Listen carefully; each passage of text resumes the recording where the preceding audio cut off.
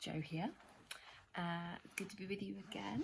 And this week I'm going to be taking you through a bit of Luke. We're going to be looking at Luke chapter 16 to 20 this week. So let's crack on with chapter 16 today. And this is another parable. It opens with another parable of Jesus, but honestly, one of the oddest parables. It took me a long time to get my head around this one. I'm not going to lie.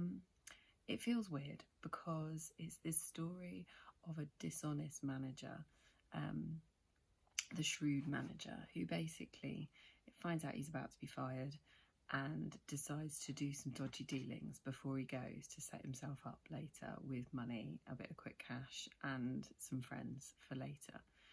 And it seems to be that Jesus is implying that there's something we can learn from this, which is odd.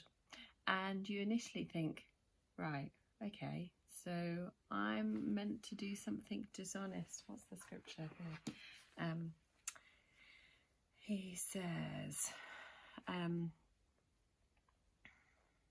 use your worldly resources to make friends, basically, to benefit others. And then when your earthly possessions are gone, they will welcome you into an eternal home.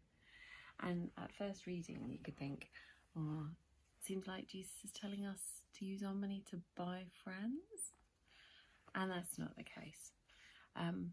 But it does talk to us about how we view money and how we are meant to use money and see money. And essentially, Jesus is pointing out that worldly unbelievers are often much more savvy, much more shrewd, and much more practically clever with how they use money than believers are. And there's something we could learn from that to serve our master. And this manager, he was not being just in how he was, or careful in how he was managing his master's money. But we need to be careful in how we manage our master's money. You know, money is just a tool. It's just a tool here on earth, and everything that we have belongs to God. And we need to be able to use that in a way that furthers his agenda, furthers his kingdom. It means nothing to us if we can love it here, but it will mean nothing in eternity. Have you heard that joke? It reminds me of the joke about the rich guy who goes to heaven and he gets the gates of heaven with, bagfuls of money, and he kind of hands it over to the angels like, I've brought all this money, and they're like, yay, we can play Monopoly.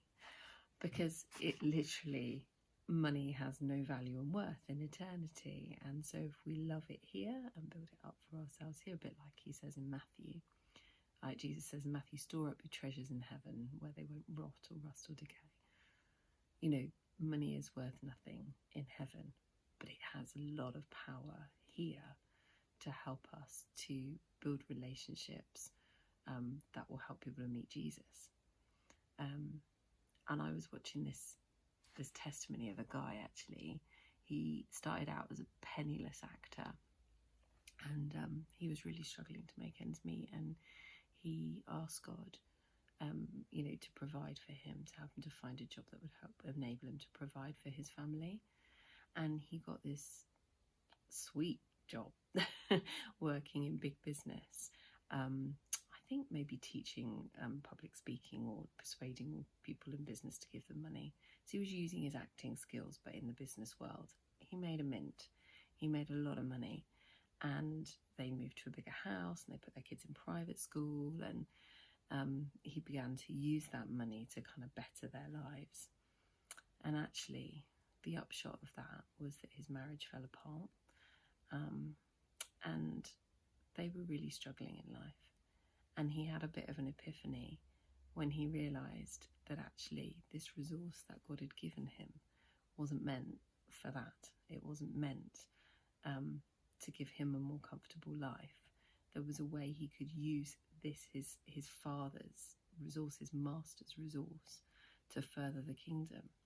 And so he started looking, they started investing their money in like a Christian stewardship fund. And then he started looking for opportunities, and it was like God brought people across his path. So he was investing in God's kingdom all around the world, building orphanages, funding street pastors, building wells, like just doing work all over the globe, promoting what God's agenda was, really, bringing people closer to God's kingdom, bringing people closer to heaven. And when I watched his testimony, it was actually posthumously, because he died of cancer, very young, actually, pretty young. And but it turned his life around, realising that the money he had was not his, it was his master's. And he needed to be clever and shrewd about how he used that to further God's kingdom. God brought more money in as he gave it out. So I'm wondering today how I can be clever and with my money and to build relationships that will have eternal significance. I'm wondering if that's about taking time to take a friend out for dinner and talk to them about Jesus, or I'm thinking about that.